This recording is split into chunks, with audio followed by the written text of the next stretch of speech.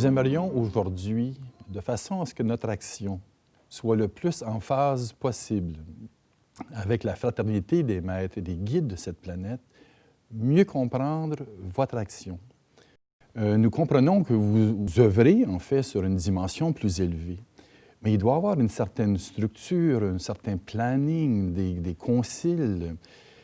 Comment est-ce que ceci se passe, en particulier pour une planète comme la Terre, qui vit actuellement un moment clé dans son évolution? Comment est-ce que vous coordonnez votre action de guidance? Les humains ont projeté leur vision structurée de leur monde vers les mondes les plus subtils. Ainsi, lorsque les hommes entretiennent des propos sur l'organisation des maîtres, la hiérarchie des maîtres, les fonctions de l'un et de l'autre, les planifications, les objectifs des maîtres, ils projettent leur façon d'être et de faire comme une image des maîtres afin d'entrer en relation avec les maîtres et de mieux comprendre leur intervention. De cette introduction, cher âme, entendez que les maîtres ne sont nullement organisés comme les hommes et il est essentiel pour chaque homme d'élever sa fréquence, de transcender sa vision du monde de troisième dimension afin non seulement d'être dans un contact plus permanent avec les maîtres, mais aussi de capter l'essence véritable et le mouvement des maîtres. Ainsi, chère âme, à votre questionnement, nous utiliserons davantage les termes énergie, vibration, mouvement, onde de forme, archétype, pour présenter les maîtres dans l'univers et leur relation avec les différentes formes de vie.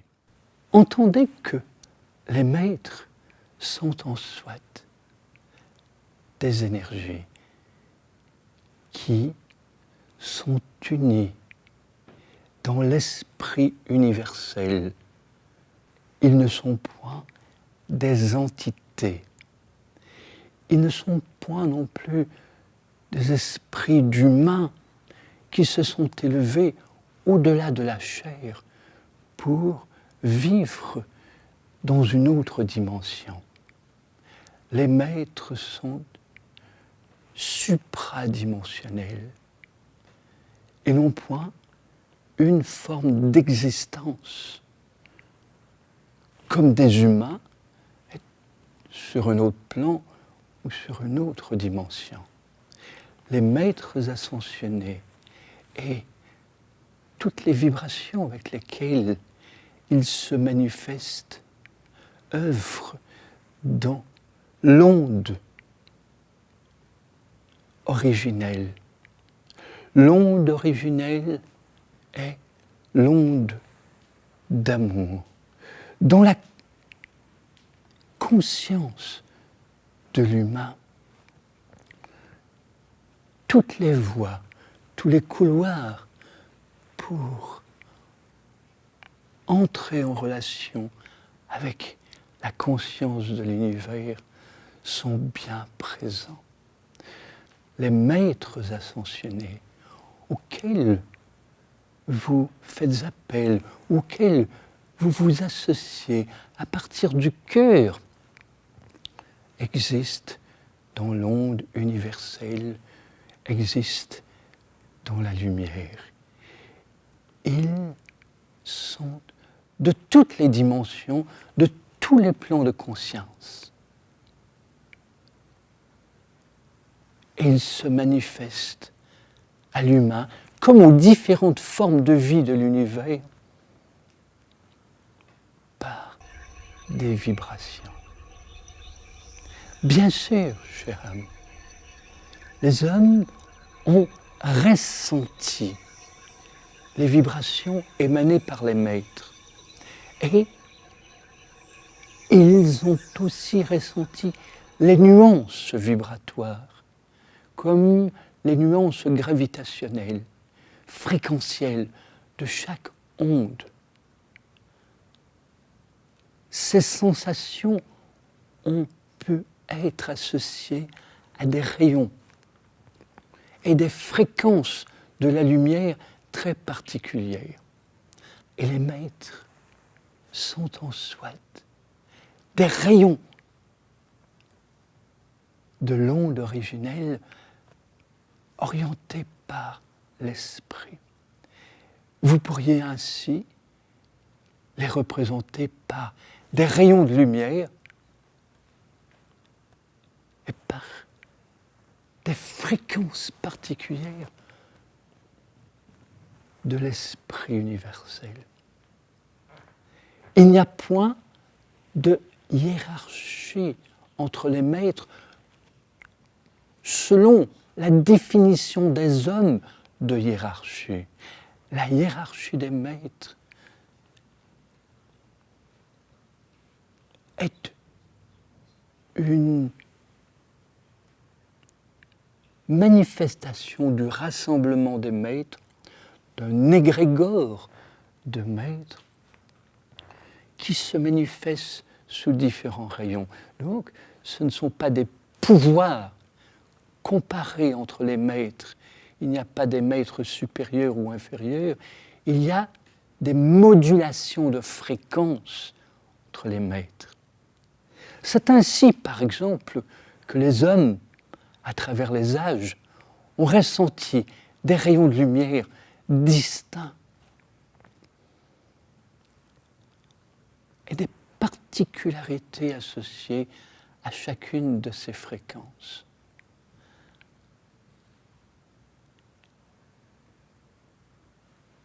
Les maîtres de lumière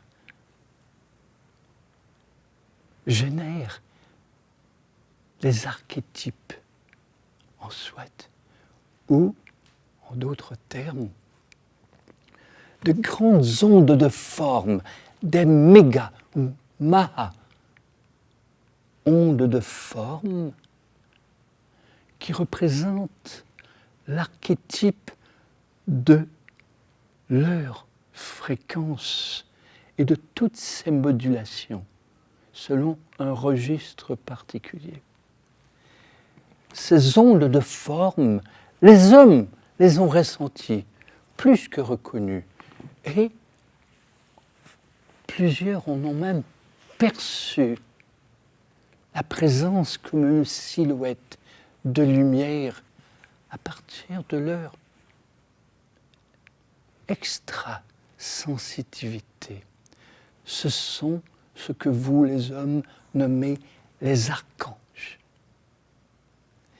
Les maîtres se manifestent par ces ondes de forme que sont les archanges dans le vocabulaire humain. Vous pourriez traduire qu'ils sont les véhicules ou les ambassadeurs, les grands distributeurs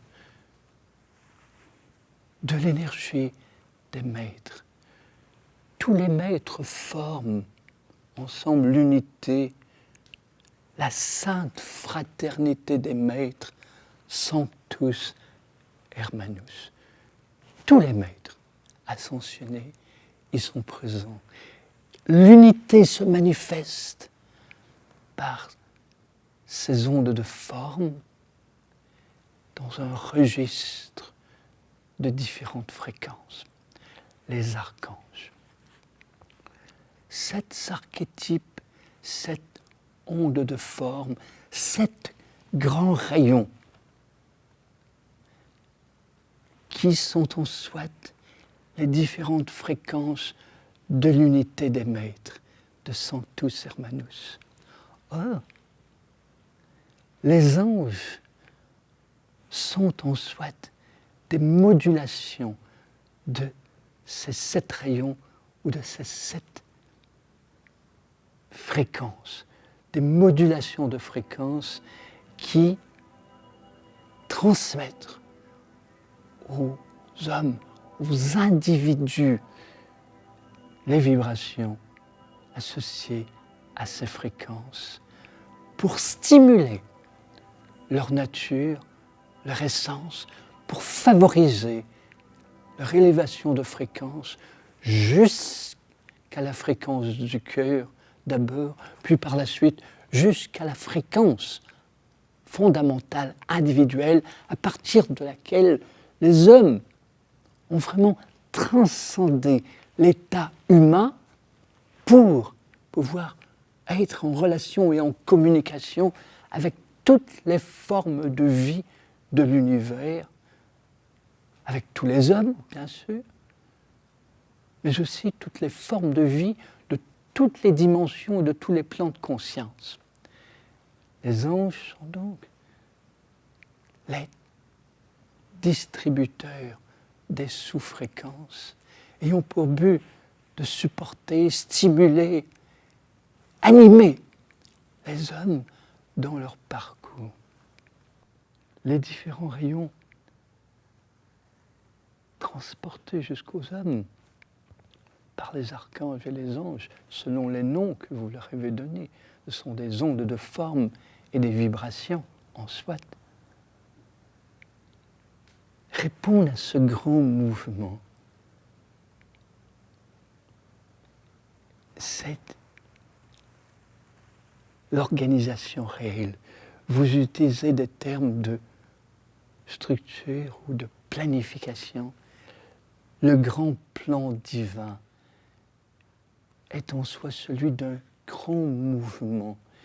Et ce grand mouvement, il est vraiment naturel puisque il est imprégné dans chaque noyau, de chaque cellule, de chaque corps humain et de chaque forme de vie de l'univers. En soi, c'est une fibre qui vibre et qui fait en sorte que la membrane autour du noyau de la cellule vibre et ainsi transmet l'orientation de l'esprit universel, donc des maîtres, à l'être juste, qu'il puisse ouvrir sa conscience pour le détecter.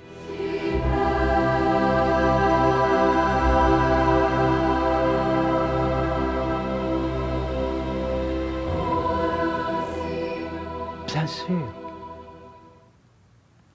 ces ondes varient, il y a des modulations. Et l'univers est certainement organisé à partir des mouvements de l'énergie qui sont en soi cycliques.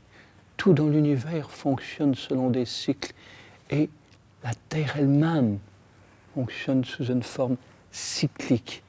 Actuellement, la Terre change de cycle, permettant ainsi vraiment que sa fréquence globale s'élève et que les humains s'éveillent et puissent capter les fréquences plus élevées. Voilà une introduction à notre réponse, cher ami. Si on prend l'exemple de l'incarnation de la conscience christique, qu'à un certain moment donné, il a dû avoir une décision, il y a plus de 5000 ans par exemple, que dans l'évolution de la société humaine, il allait avoir un temps propice pour qu'un être reçoive et puisse soutenir la conscience christique à travers son corps physique. Alors, je pense à la mission de Jésus, par exemple. Il y a eu une décision qui a été prise. Et là, il y a une séquence, en fait, qui a été mise en place à travers la planification de la vie d'Akhénaton, le pharaon, et que si cette mission ne fonctionnait pas idéalement, il y avait un autre plan à travers la lignée des Abraham. Donc, comment est-ce que ces détails plus concrets, si on veut, s'établissent dans le temps? Des métaphores sont absolument essentielles pour que les hommes puissent comprendre tous les mouvements universels, parce qu'actuellement, les hommes n'ont pas suffisamment éveillé toutes leurs facultés, dont celle du système nerveux central, pour comprendre toutes les lois de l'univers, soit des lois physiques associées à l'énergie, ses vibrations et ses ondes. C'est ainsi que vous parlez de décision, et encore une fois, nous débutons en vous disant que la décision intellectuelle est une forme qui appartient aux hommes, mais non pas aux maîtres, ni au mouvement divin de l'univers. L'univers ne décide pas comme un humain. L'univers est en mouvement, des mouvements ondulatoires, cycliques, qui font en sorte que, à certaines périodes, il y a une intensification qui permet que certains rayons puissent se manifester sous différents plans et différentes dimensions. Ce n'est pas un choix d'une conscience telle que les hommes ont. La conscience universelle, la conscience de l'esprit de l'univers, ne pense pas, ne décide pas, ne choisit point.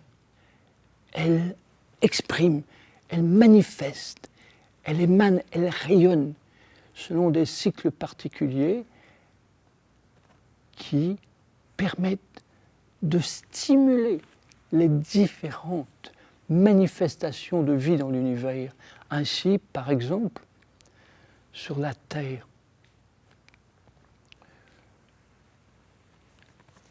toute la vie, qu'elle soit terrestre, interterrestre ou au-delà de la Terre, dans l'atmosphère, répond au cycle de la Terre. Et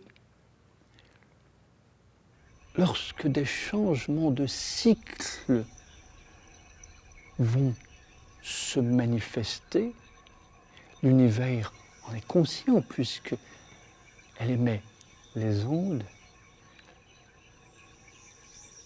La vie sur Terre peut être soit totalement dissoute ou bien elle vit une transmutation. La conscience universelle capte les fréquences des hommes sur Terre et en certaines périodes, ces fréquences ne sont pas suffisamment élevées pour permettre la pérennité de la vie sur Terre.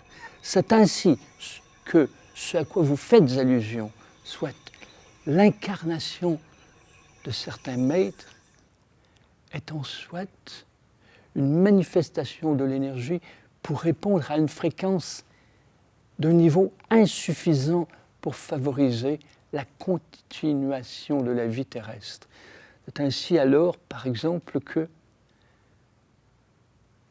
comme votre humanité actuellement a 13 millénaires d'âge en fonction du temps terrestre, de votre temps, votre humanité, bien sûr, des millions d'années de temps terrestre se sont écoulées depuis les premières formes de vie. Votre humanité, c'est-à-dire un nouvel élan de la vie terrestre, date de 13 millénaires. Or, il y a de cela au cœur de ces 13 millénaires, la fréquence n'étant pas suffisamment élevée, les vibrations qu'émane la vie terrestre traduisent à l'univers tout entier, donc à la conscience universelle, que la vie risque de se dissoudre totalement. C'est ainsi qu'il y a une réponse à cette fréquence. Et cette réponse est en soi une réponse qui est énergétique. Nous voulons que vous saisissiez que ce ne sont pas des intelligences qui discutent, analysent, synthétisent ceci, observent. Ce sont des réactions à des stimuli. Ce qu'émane la Terre et les hommes sont des ondes, des émanations à certaines fréquences, et cela génère des réactions. Et ces réactions viennent comme des stimuli. Et c'est ainsi, par exemple, que s'est manifestée une présence de maître sur Terre, c'est-à-dire une onde qui choisit de s'incarner pour collaborer à un changement de fréquence terrestre. Et il y a toute une préparation énergétique sur Terre. C'est ainsi que la venue de Joshua Sananda s'est préparée de plusieurs centenaires. Au début, le mouvement s'est manifesté à partir du peuple égyptien engendré à partir d'un germe produit dans l'humanité précédente. L'humanité précédente qui a vécu une évolution très élevée en partie, beaucoup plus élevée que l'évolution scientifique que vous atteignez actuellement, a permis de la création d'un germe de vie à une autre fréquence qui a généré la civilisation égyptienne à ses tout débuts. Et on souhaite, ce germe a été stimulé par les stimuli de l'univers ou des maîtres pour créer toute cette grande civilisation égyptienne qui était en soi une préparation à ce qu'un maître puisse naître. Donc, toute une lignée d'êtres qui évoluaient.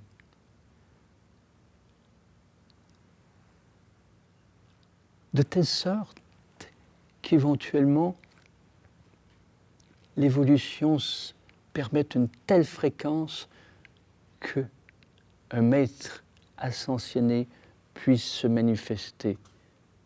Soit Joshua Sananda, c'eût été alors Ramsès Joshua Sananda. Mais toutefois, les hommes ont un total libre arbitre. Et il eût fallu une bifurcation. C'est alors que de la lignée égyptienne, Akhenaton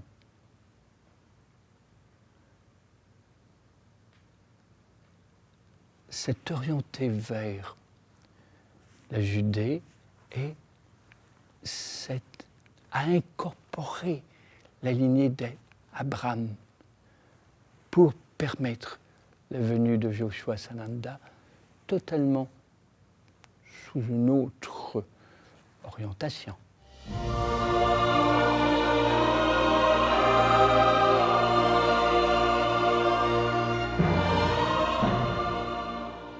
La Terre est un individu et sous la Terre, dans le cœur de la Terre, il y a une conscience, un esprit qui est en soi associé à un grand peuple. C'est le peuple spirituel de la Terre. C'est la fibre universelle terrestre qui vit sous la terre, qui se manifeste sous certaines formes, bien sûr, tout comme en vous, chaque cellule a ses fonctions. Eh bien, sous la terre, il y a une multitude de cellules qui portent la conscience de la terre en association avec la conscience de l'univers. C'est donc ce peuple, si vous voulez, c'est-à-dire cet ensemble de cellules vibrantes qui agit comme moteur, comme énergie puissante pour permettre l'évolution de toutes les formes de vie qui sont dans la matrice terrestre. Il y a des épicentres énergétiques, comme si nous vous disions il y avait des villages multiples ou des cités multiples. Ce sont des épicentres énergétiques multiples et le centre plus puissant, vous l'avez nommé les hommes Shambhala, physique. Mais en soi, comprenez bien qu'il est une métaphore qui représente l'intérieur de l'humain, l'intérieur de la terre, vivant en conscience, là c'est réel, permet à l'être d'entrer à l'intérieur de lui-même et de ressentir sa puissance énergétique dans son hara, dans sa matrice intérieure. Puissante énergie qui s'élève pour permettre l'ouverture du cœur et de la conscience jusqu'à l'illumination, jusqu'à l'être soit dans une conscience et un amour continu de tout ce qui est sur son passage, puisqu'il voit au-delà des apparences, il voit le divin, il sent le tout dans chacune de ses expressions. C'est l'illumination. Or, la vie sous la terre permet l'évolution de l'humanité vers l'humanité de cristal, vers une humanité d'amour et de conscience.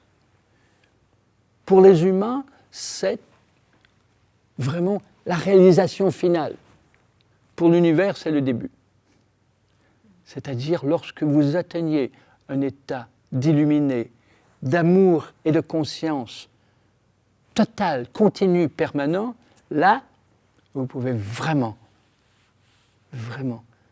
commencer le grand œuvre d'unification de l'univers et vivre des extases. Vous n'êtes pas venu pour peiner. Eh bien, l'énergie et la conscience de l'intra-terre stimulent chez l'être humain cette force. Vous pourriez imaginer que la puissante énergie de vos entrailles, elle est continuellement stimulée par la puissante énergie de la Terre, comme l'énergie de l'univers aussi. Or,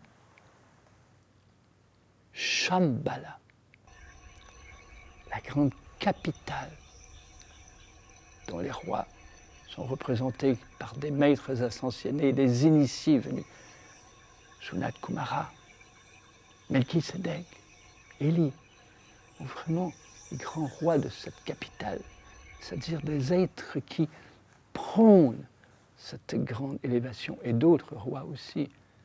C'est la grande voix, grande Shakti Prime Sadhana, la voix consciente et amoureuse de l'être. Or, tous les maîtres, par l'entremise des archanges, manifestent l'énergie de l'unité, l'énergie du tout, dans cette cité éthérique de Shambhala, de 5e dimension. Cité virtuelle qui stimule l'humain virtuel, qui stimule l'humain vers l'ascension, qui stimule l'humain à s'élever vers la 5e dimension, tout en maintenant son corps dans la 3e dimension, stimule l'être humain à ouvrir totalement sa conscience, la conscience totalement éveillée, l'être est en 4e dimension, il ouvre son cœur et son amour est total pour le divin en tout, il est dans la 5e dimension. Shambhala, c'est une grande cité de toutes les énergies, de tous les archétypes, maîtres et archanges en d'autres termes, se manifestent dans le Shambhala éthérique pour stimuler, attirer les hommes à ascensionner. Et les hommes, avec des maîtres, des sages et des initiés sur Terre, ont créé des lieux à partir desquels de grands rituels, des méditations, des états altérés et expansionnistes permettaient de pénétrer le Shambhala virtuel. Ces lieux sont des lieux très privilégiés.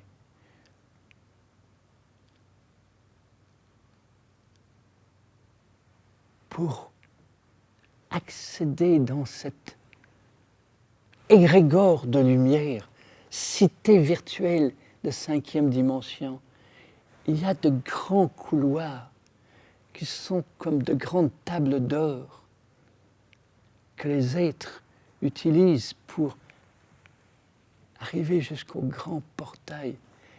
Eh bien, le lieu physique nommé Shambhala, au cœur du désert de Gopi, est un grand lieu pour accéder à ce Shambhala virtuel. Il y a un temple au Tibet, le temple de Ganden, qui est aussi un lieu, porte vibratoire vers Shambhala éthérique. Et puis, il y a le temple aussi de Emis au Ladakh,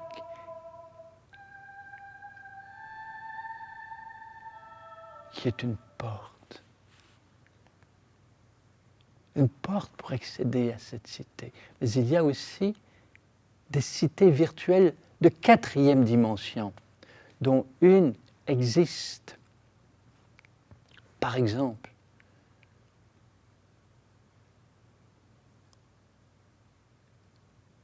dans l'énergie de la 3e dimension.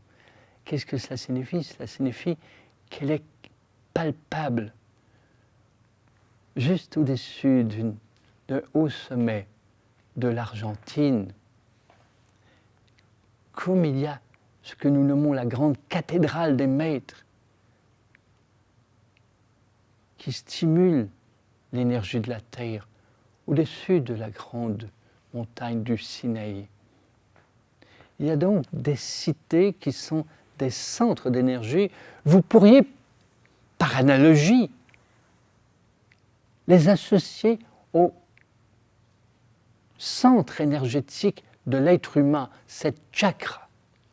Ce sont des cités chakras, comme il y a des chakras principaux, secondaires, tertiaires, et des chakras évolutifs, il y a de ces cités. Maintenant, il y a aussi le Shambhala céleste. Et le Shambhala céleste, c'est en soit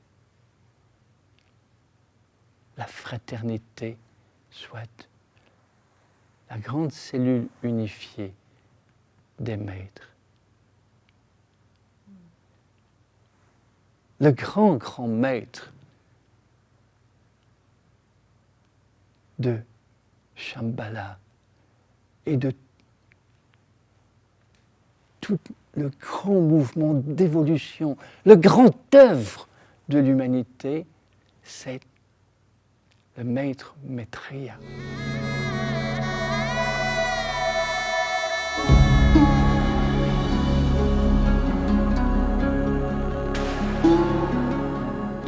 Une période de transition est importante. Cette période de transition, nous l'observons pour vous actuellement comme une période de 4 à 5 générations. Nous vous parlons dans la temporalité terrestre de 21 années approximativement pour une génération aujourd'hui. Ce qui signifie donc une période de 30 années, dites-vous, d'une génération et demie.